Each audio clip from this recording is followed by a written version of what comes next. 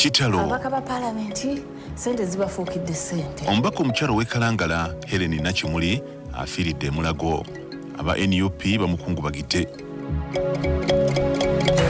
Ag'ennaku omubaka omukyala owa disitulikiti y'e Kalangala Helen Nakimuli afudde. Tukitegedde nti ono afiiridde ku ddwaliro erimu wano mu Kampala wabula nga mu kiseera kino omulambo gwe guli ku ggwanika e Mulago gye guli mu kwekebejjebwa. Beka Mulinde yalina ebisingawo kabituwe gyali eyo. Beka. Nange Patrick Mukasana balabi ba NTV ku sawemo esaweno wabula amawulire agava mu kibiina ekya National Unity Platform mawulire sanyu mawulire gannaku oluvannyuma lw'okuviibwako omu ku bannaabwe ate era abadde omubaka omukyala wa district y'e Kalangala oba ebizinga by'e Kalangala Honorable Nakimuli afudde akawungezi k'olunaku olwaleero. Honorable Nakimuli ono abadde mukyala w'amaanyi nnyo gwoyinza okugamba atamala gayisibwamu maaso atatiisibwatiisibwa ate agusa ensonga singa amaanyi. Omukyalo ono bikako mu bali abategesi Orthodox era ono mu bigambo bye bingi nnyo bye yayogera wabula ekigambo ekyali eky'amaanyi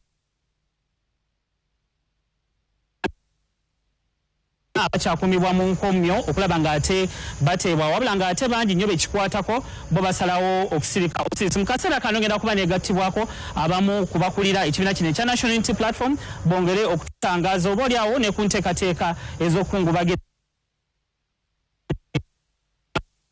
ey'e Kalangala. Mu kiseera kino negattibwako omubaka ow'Emityana awamu ne Secretary General wa NUP Lewis Lubongo yabagenda kuba batunyonyola ebisingawo nga bitalo nnyo okuva mu kibiina kyammwe ssebo.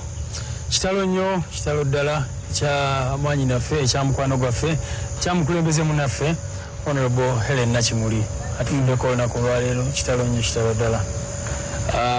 Zibadde essaawa nga 10 ne tufuna amawulire saa 9:10 nti Honorable Nakimuli afudde era tetwasoose nakikiriza kubanga wadde omulaba mukulembeze muto ayina ebirubirwa bingi nnyo ate si abadde awo nti mulwadde nnyo ng'omulaba asobola okutambula asobola okukola emirimu gye so kibi nnyo taafudde mu mbeera eyo era bwe bategeeza ne tudduka ku ddwaliro lyabaddeko erya Alexandros wali ku Alexandria wali ku Yusuf Railroad era ne tukakasa nti kituufu munaffe afudde. Abasawo ne bategeeza nti abadde alina sajjale oba okulongoosebwa tekwatambudde tekwabadde successful nti abadde amaze that particular operation naye ne bagezaako okumuresuscitating ng'afudde. Mwenga babadde batera okuwangaala naye Honorable Nakimuli ono abadde mukosefukosefu mu nnaku eziyise oba?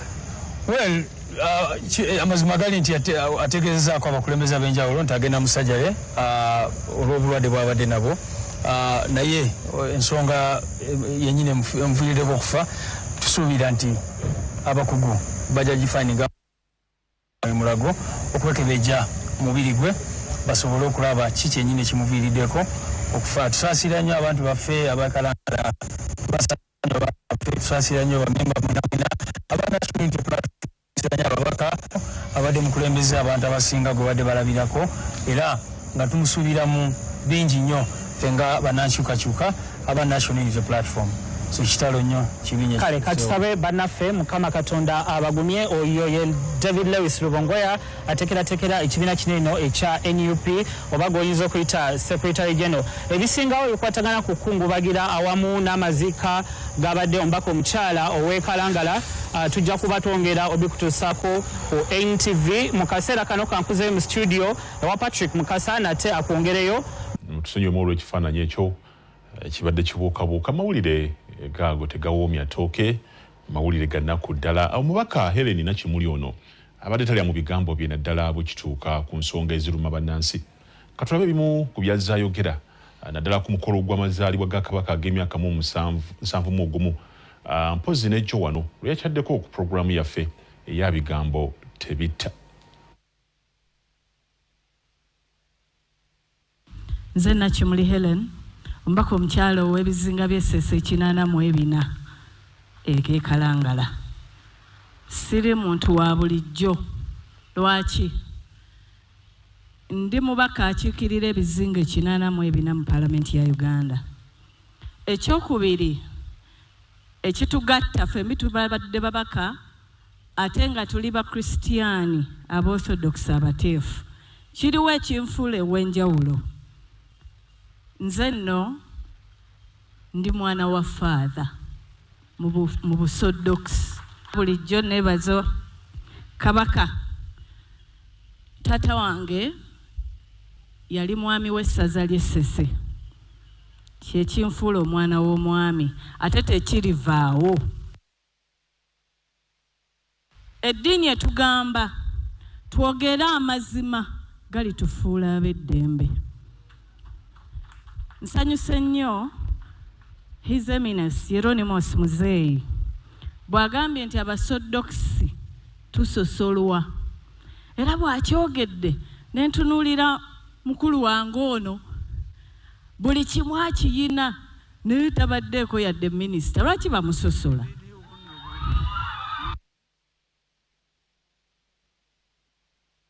Ebigenda maaso mu ggwanga tetugenda kugaana kubyogerako ku lunaku luno olukulu.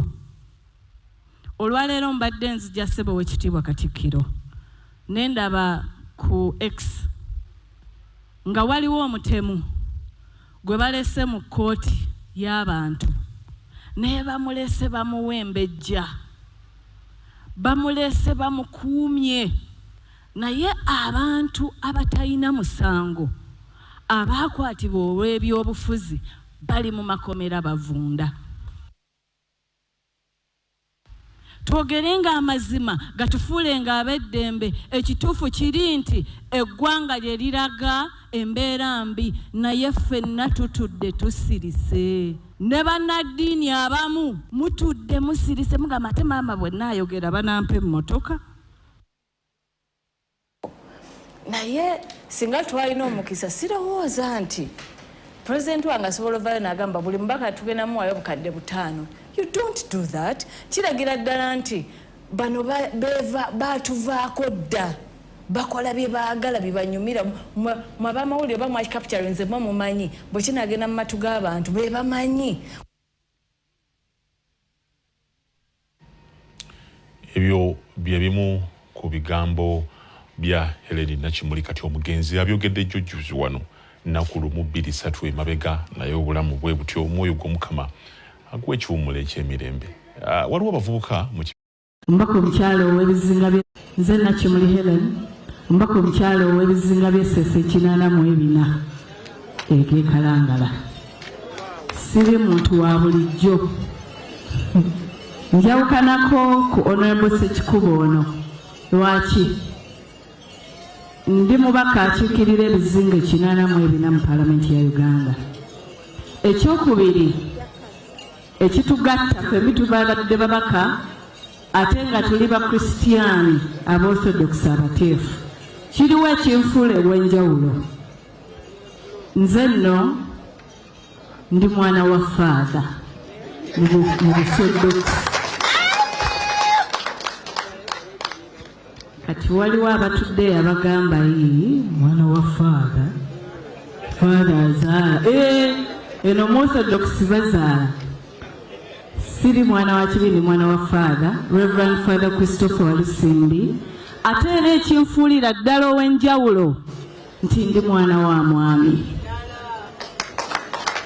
Reverend Father Christopher Walisimbi era nga bulijjo neebaza Kabaka tata wange yali mwami w'essaza ly'Essese kyekinfuula omwana w'omwami ate tekirivaawo era awo entambulira. Ssebo w'ekitiibwa Katikkiro nziramu okutuma wadde oli w'ekitiibwa nnyo okkiriza nkutume onneebalize Ssaabasajja Kabaka okuwa taata wange obwami oba oli awo kyenkinfudde gyendi olwaleero. N'eggwanga lifiiriddwa omubaka abadde asobola okuwabula gavumenti mu mirimu gy'erina okukola okubanga etereeza ku lw'obulungi bw'Abannayuganda. Okulangiza abadde nazo n'entambula gy'abadde atambulamu naffe okuva emabega naddala mu bintu by'enkulaakulana okutumbula ebyobulambuzi mu Kalangala olw'omuntu yagaza abantu Kalangala eno era kyannaku nnyo kubanga njogeddeko n'omubaka omukyala nga mutwalira embuzi ze era nga nkomyewo kumpa transport wange naye kyannaku nnyo. Ku lunaku olwokutaano yabadde Kabaga ku Sun Beach e Bugoma ng'ayigase n'abasomesa ku kabaga kaabwe. Disani Mutyaba n'enkuba Samuel bakusakidde eggulu eno Lwabukedde TV.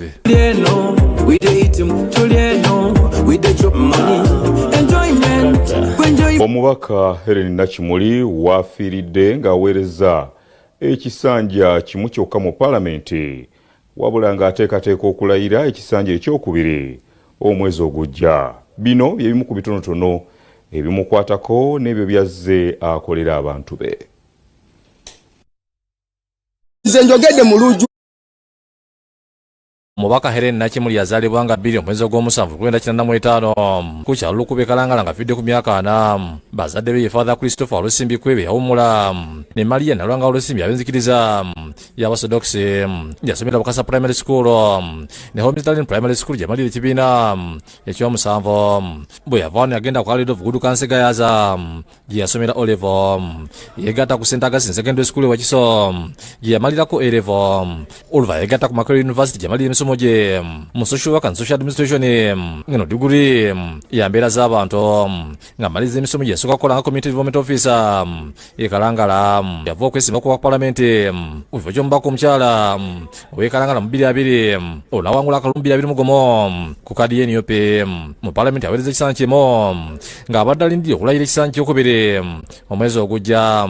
Yali musale mu kunoonyeza ekibiina ky'NUP akalulu eryakikwatira ebindira mu kuvuga kwa President Robert Kyagulanyi Ssentamu yali Kalangala mu Desemba omwaka oguwedde yamuli ku Lusegere. Muteekayo Oweekitiibwa Robert Kyagulanyi Ssentamu abalondere bannakimuli n'ebizibu byammwe mutwalira. Abadde ayagala nnyo okuyamba nnamwandu n'abantu abeera afunye obuzibu omwali n'abakusibwa ensoke e Kalangala omwaka oguwedde. naye tusaze emiti tugimazeewo buli mpewo ejja ekimaffe. Empewo ezo zakomanga eyo mu miti eyo naye kakati essaawa eno tetukyalina wadde omuti. Mbakubira omulanga buli alina obusobozi simba ki omuti. Azeetawo mu nsonga nnyingi ng'omwezi oguwedde wakatale ku mufu twamukula ng'alaga okunyolwa olw'abooluganda lw'omukago Bosco Bitanda bwe bali bakandira ebintu bye n'akuttira abantu okukola ebiraamo. Naye obuzibu obuliwo nti tutya nnyo okufa. Bannansi ffenna tutya nnyo okufa tetweteekerateekera ate nga bino bye bintu ebimu bye tulina okukola. Bano ba parish chief ab'emiruka abantu nga bwe mubasomesa okwekulaakulanya mubasomese emmaali yaabwe enaasigalawo etya nga bafudde era bw'aba afudde emmaali ye enaagabanyizibwa etya. Ono era azalafubanira abantu mu bizinga okutuusibwako obuweereza obw'omulembera gavumenti bwe yawa abantu b'ekyamusu ekidyere teyatumira mwana. Eno mmeeri yaffe gavumenti bw'eba egituwadde yaffe tugikuume ate tugirabirire kubanga twagala kweyobongereko endala eri yaffe entuufu gye tulina okufuna. Abadde ayagala nnyo omuzannyo gwa volleyball ng'azza kuzannya okuva mu 1998 Nakimuli omu ku bateeseteese omukulu gw'amazaalibwa nga Ssaabasajja Kabaka agensa mu Mugumo ku likulu ya St. Nicholas e Namuŋŋoona ogwateekeddwa Abasodoksi. Bwe yabadde ono yalaze okutya olw'engeri yakwata okubyokutta abanegaba ku Institute of Okero gye bali bamwembejjamu ku bisango gye yazza nga teba n'ekibiina ky'NUP bo bakyali mu makomera. Gwe balese mu kkooti y'abantu ne bamulese bamuwembejja naye abantu abatalina musango abaakwatibwa olw'ebyobufuzi bali mu makomera bavunda.